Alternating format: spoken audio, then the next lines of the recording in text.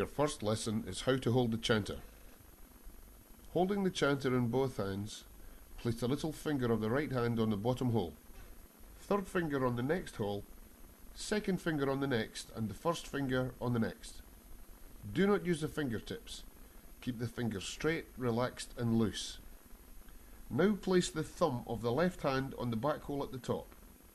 First finger on the top hole at the front, second finger on the next hole, and the third finger on the next.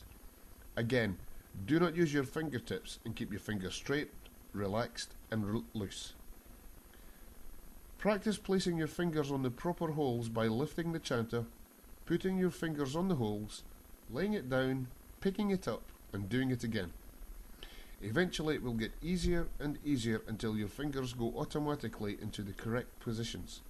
Remember, always keep your fingers straight, relaxed and loose. Now the scale.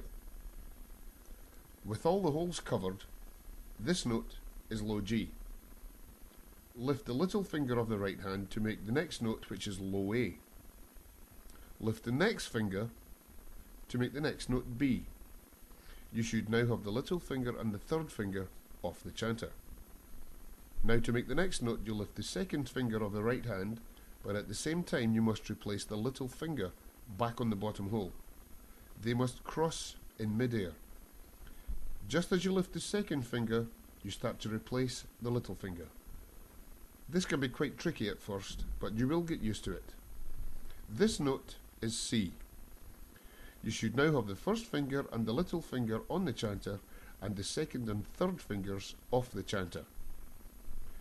To make the next note, simply lift the first finger of the right hand, keeping the little finger on the bottom hole. This note is D. So now you have 3 fingers off the chanter and the little finger on. The next note, E, can be quite tricky at first.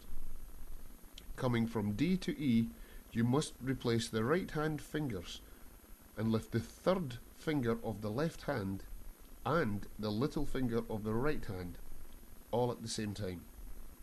Once again, they must cross in the air. This will take a lot of practice until you are able to make the change cleanly enough to be acceptable.